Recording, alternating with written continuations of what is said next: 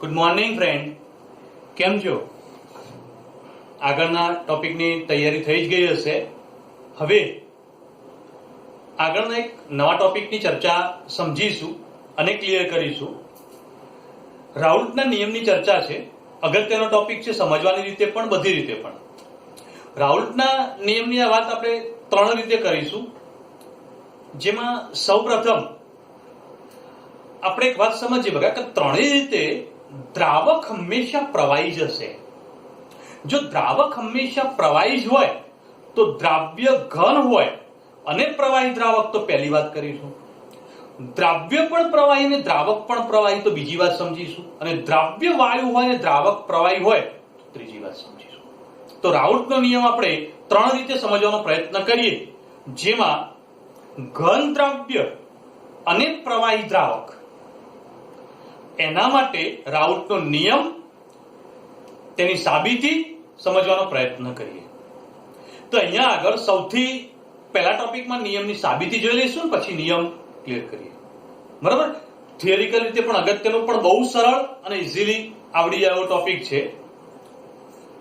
કોઈ પણ દ્રાવણ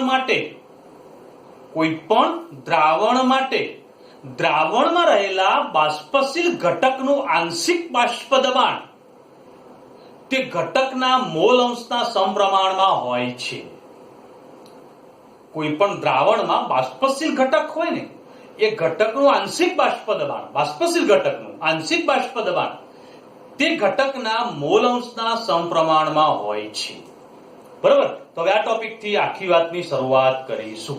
તો ધ્યાન આપજો બગા કે અહીંયા આગળ આપણો મુદ્દો છે રાઉલ્ટનો નિયમ. આપણે જે બોલ્યા એ પ્રમાણે શું વાત સમજીશું? આંશિક બાષ્પ દબાણ તે ઘટકના મોલ અંશના સમપ્રમાણમાં હોય છે. ઓકે? તો હવે દ્રાવણનું આંશિક બાષ્પ દબાણ એટલે P1, દ્રાવણનું બાષ્પ દબાણ છે તે કોના? જે બાષ્પશીલ ઘટક એટલે કોણ? દ્રાવક. એના મોલ અંશના સમપ્રમાણમાં છે, એટલે ચલે છે એના મોલ અંશ x1. તો થોડું ધ્યાન આપજો બગા. P1 શું છે? તો P1 એ દ્રાવણનું બાષ્પ દબાણ છે. બરોબર? ધ્યાન આપો. x1 એ બાષ્પશીલ ઘટક એટલે કે દ્રાવકના મોલ અંશ છે. હવે રાઉલ્ટે પ્રયોગો દ્વારા એવું પુરવાર કરેલું છે કે શુદ્ધ ઘટક હોય ને, શુદ્ધ દ્રાવક, એનું બાષ્પ દબાણ અચળ હોય. શુદ્ધ ઘટકનું બાષ્પ દબાણ અચળ હોય. જો શુદ્ધ ઘટકનું બાષ્પ દબાણ અચળ હોય તો હવે એ અચળ બાષ્પ દબાણને આપણે P10 લઈ લઈએ. શુદ્ધ ઘટક એટલે કોઈ પણ દ્રાવક, એનું બાષ્પ દબાણ અચળ છે. તો હવે એને P10 લઈ લઈએ તો P1 is equal to P10 into x1. આ P10 એટલે શુદ્ધ દ્રાવકનું બાષ્પ દબાણ. શુદ્ધ દ્રાવકનું બાષ્પ દબાણ અચળ હોય એવું રાઉલ્ટે પ્રયોગ દ્વારા પુરવાર કરી છે. તેને અચળાંક તરીકે લઈ લઈએ, ચલે છે કાઢીએ તો આ એક સમીકરણ મળી ગયું, સમીકરણ 1. હવે એક બાષ્પ દબાણ ને મોલ અંશ માટેનો આલેખ દર્શાવીએ. તો ધ્યાન આપો બગા.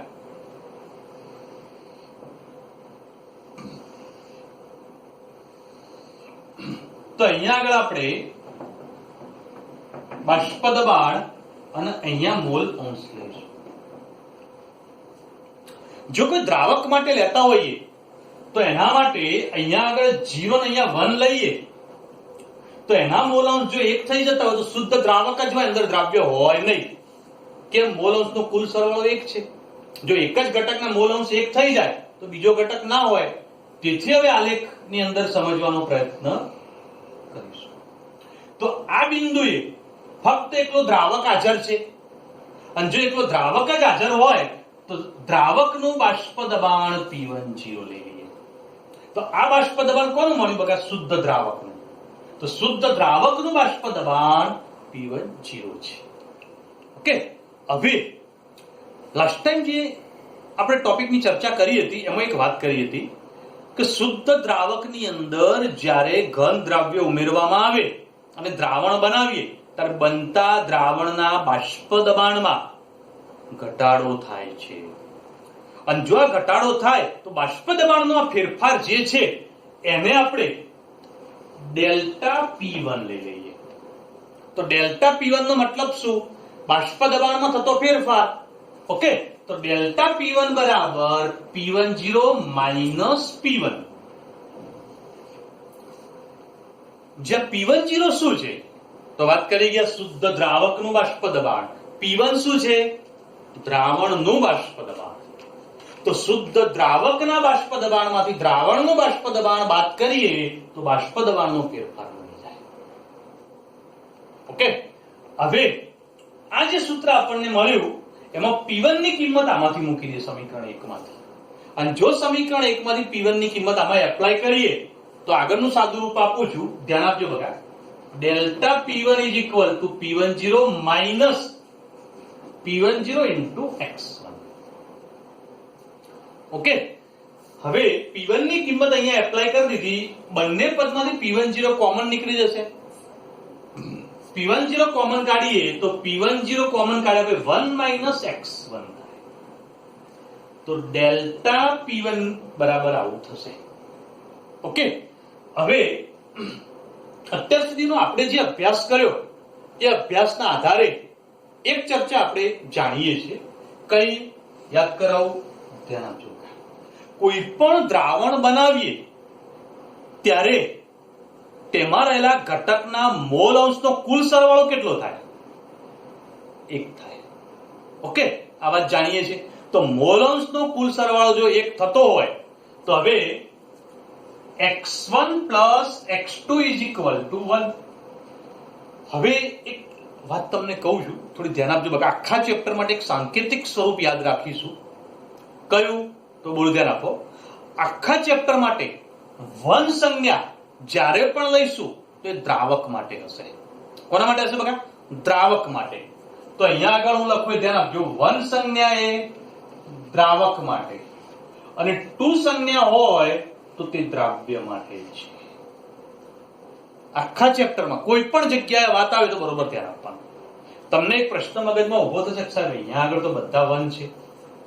હા, દ્રાવક અને દ્રાવણ બંને હોય તો સંજ્ઞામાં ધ્યાન આપવાનું કે ભાઈ P1 લખ્યું તો દ્રાવણ માટે છે, P10 લખીએ તો દ્રાવક માટે. જો 2000 હોય તો દ્રાવક માટે ઉપર 0 લખવાનું આવે. પણ એકલું દ્રાવ્ય દ્રાવક 2 જ હોય તો વન સંજ્ઞા દ્રાવક માટે, ટુ સંજ્ઞા દ્રાવ્ય માટે. આટલો પોઈન્ટ બરોબર મગજમાં યાદ રાખજો. ઓકે, તો હવે મોલ અંશનો કુલ સરવાળો મતલબ દ્રાવકના મોલ અંશ અને દ્રાવ્યના મોલ અંશનો કુલ સરવાળો 1 થાય.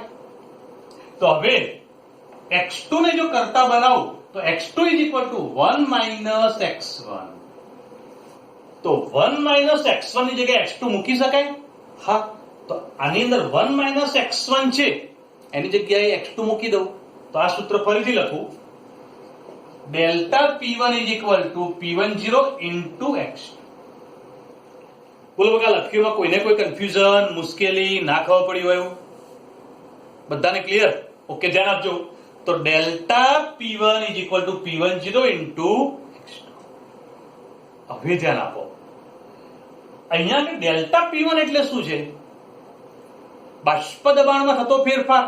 તો એની જગ્યાએ આપણે P10 માઇનસ P1 લખી શકીએ છીએ. તો એ કિંમત અહીંયા એપ્લાય કરી દઉં.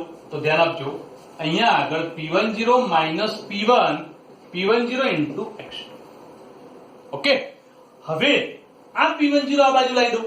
કેમ? બાષ્પ દબાણ વાળા બધા પદો એક તરફ લાવી દઈએ. તો P10 minus P1 upon P10 is equal to x2. સમીકરણ 2 મળ્યું. ખૂબ જ અગત્યનું સમીકરણ છે, ધ્યાન આપજો બકા, ખૂબ જ ઇમ્પોર્ટન્ટ. ઓકે, હવે આ સમીકરણ જે દર્શાવ્યું છે એ સમીકરણ ખૂબ જ અગત્યનું છે, ઇમ્પોર્ટન્ટ છે, ધ્યાન આપવાનું. હવે એના પછી બીજી ચર્ચા કરીએ આગળ કે ભાઈ x2 શું છે? તો દ્રાવ્યના મોલ અંશ છે અને દ્રાવ્યના મોલ અંશ જો x2 તરીકે આપણે દર્શાવીએ છીએ, x2 તરીકે દ્રાવ્યના મોલ અંશ દર્શાવીએ છીએ તો મોલ અંશ એટલે શું? ઘટકના મોલ ભાગ્યા કુલ મોલ. તો એની જગ્યાએ હવે આપણે કિંમત એપ્લાય કરીએ, ઘટકના મોલ ભાગ્યા કુલ મોલ. તો x2 એટલે દ્રાવ્યના મોલ અંશ છે તો ઘટકના મોલ એટલે દ્રાવ્યના મોલ છેદમાં કુલ મોલ. તો હવે એ દર્શાવીશું. તો P10 minus P1 upon P10 is equal to N2 upon N1 plus N2. આની જગ્યાએ કિંમત એપ્લાય કરી. ઓકે, તો આ સમીકરણ પણ ગણતરી માટે, દાખલા માટે ખૂબ જ અગત્યનું છે. ધ્યાન આપજો. હવે સમીકરણ 3 જે મેં લખ્યું છે એની અંદર થોડી વાત સમજવી છે કે ભાઈ તમે જ્યારે આ અભ્યાસ કરો છો ત્યારે દ્રાવણ અતિમંદ બનાવ્યું છે, અને જો અતિમંદ દ્રાવણ બનાવવામાં આવે તેમાં દ્રાવ્યનું પ્રમાણ ઓછું હોય, અને જો દ્રાવ્યનું પ્રમાણ ઓછું હોય તો દ્રાવ્યના મોલ પણ ઓછા જ હોય. તેથી દ્રાવ્યના મોલ એટલે N2, તેનું પ્રમાણ ઓછું છે. ઓકે, અને જેનું પ્રમાણ ઓછું હોય તો બંનેના સરવાળામાં N2 ને આપણે અવગણી શકીએ, અને જો N2 ને અવગણી શકીએ તો સરવાળામાં N2 વાળું પદ કાઢી દઈએ. કેમ? N2 નું મૂલ્ય ખૂબ નાનું હોય છે. ઓકે, તો અહીંયા આગળ આપણે સમજીએ N2 is much less than N1. N2 નું મૂલ્ય ખૂબ નાનું છે તો એને આપણે અવગણી દઈએ. તો હવે પદ ફરીથી દર્શાવો. તો ધ્યાન આપજો બકા, P10 minus P1 upon P10 is equal to N2 upon N1.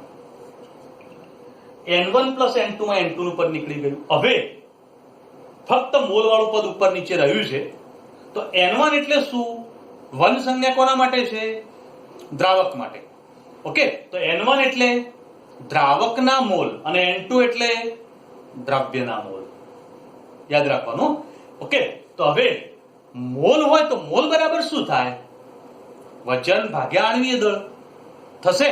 તો હવે N1 બરાબર W1 upon M1, તો N2 is equal to W2 upon M2. ફરીથી એકવાર, N1 એટલે શું? તો N1 એટલે દ્રાવકના મોલ. ઓકે, તો અહીંયા આગળ W1 એટલે દ્રાવકનું વજન, M1 એટલે દ્રાવકનું આણ્વીય દળ. વન સંજ્ઞા બધી દ્રાવક માટે જ વપરાય. ઓકે, તો અહીંયા આગળ N2 એટલે દ્રાવ્યના મોલ. ઓકે, W2 એટલે દ્રાવ્યનું વજન, અને M2 એટલે દ્રાવ્યનું આણ્વીય દળ. હવે N1 ને N2 ના બે મૂલ્યો અમે એપ્લાય કરી દઈએ. જો એમાં એપ્લાય કરીએ તો સમીકરણ ફરીથી લખું. તો P10 minus P1 upon P10 is equal to W2 M2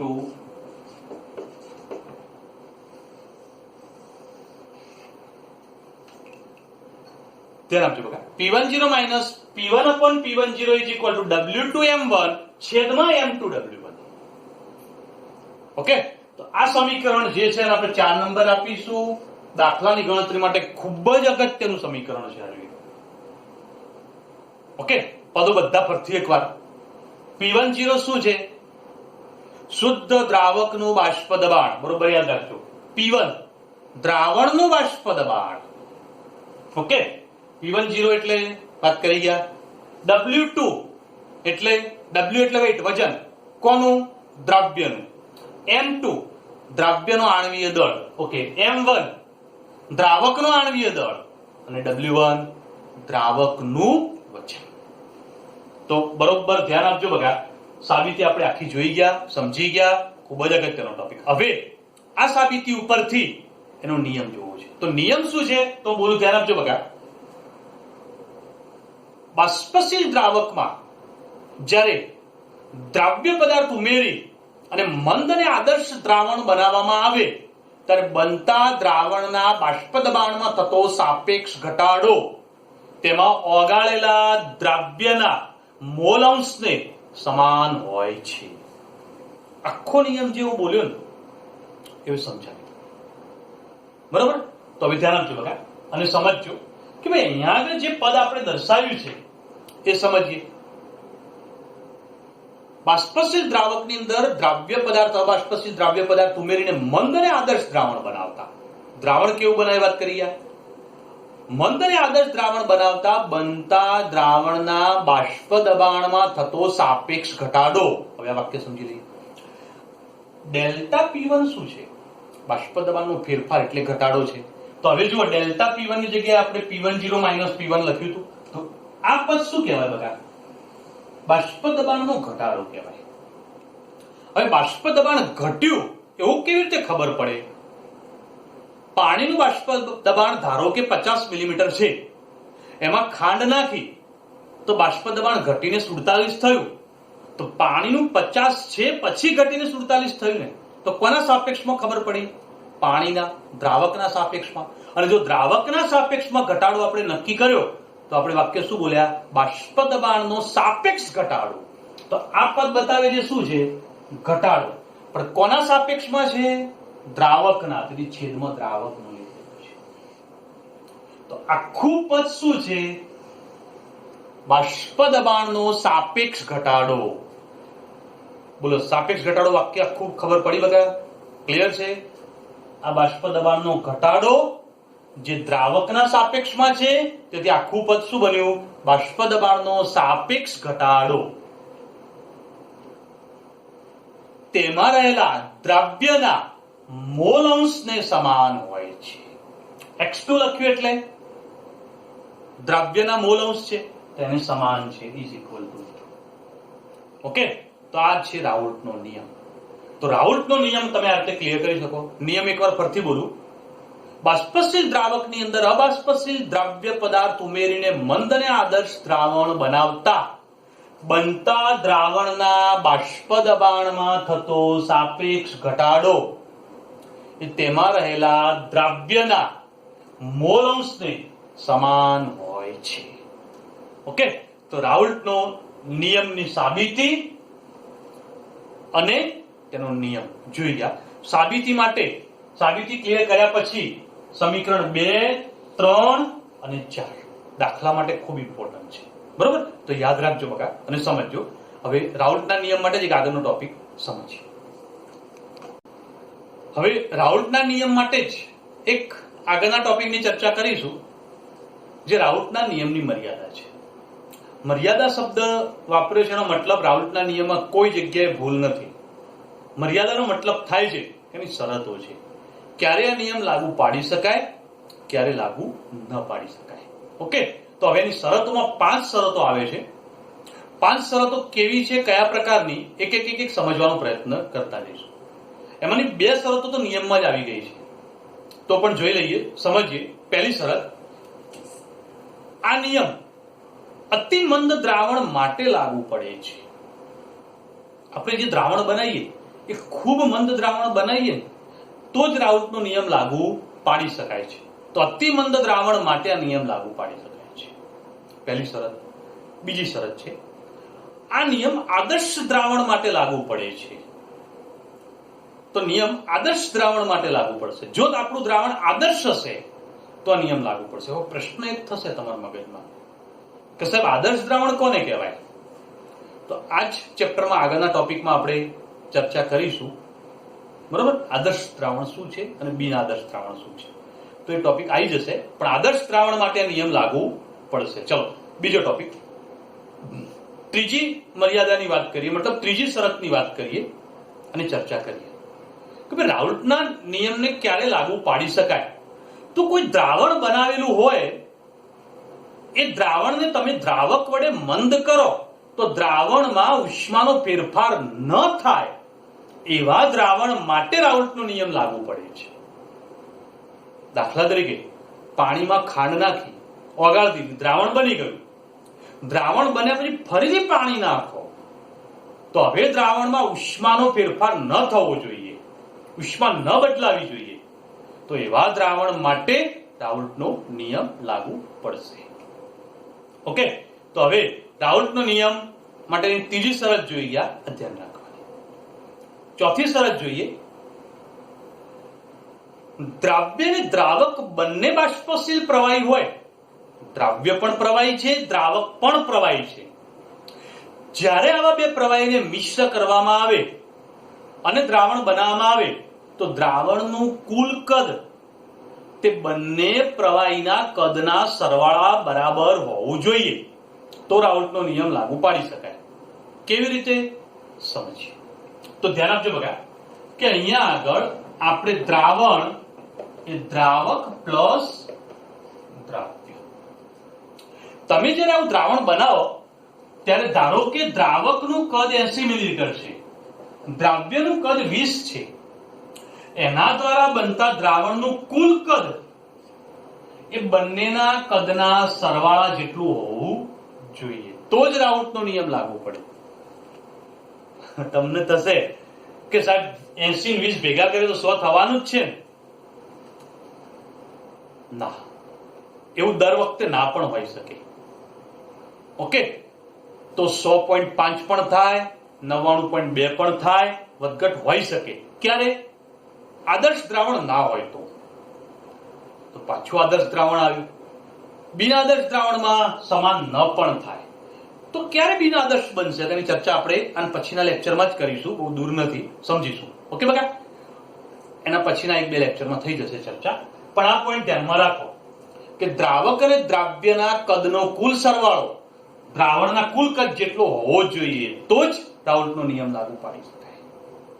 okay, અને પાંચમી શરત છે કે જ્યારે દ્રાવણ બને ત્યારે દ્રાવ્ય વિદ્યુત અવિભાજ્ય હોવો જોઈએ, વિદ્યુત વિભાજ્ય ના હોવો જોઈએ. એટલે શું? દાખલા તરીકે ગ્લુકોઝ,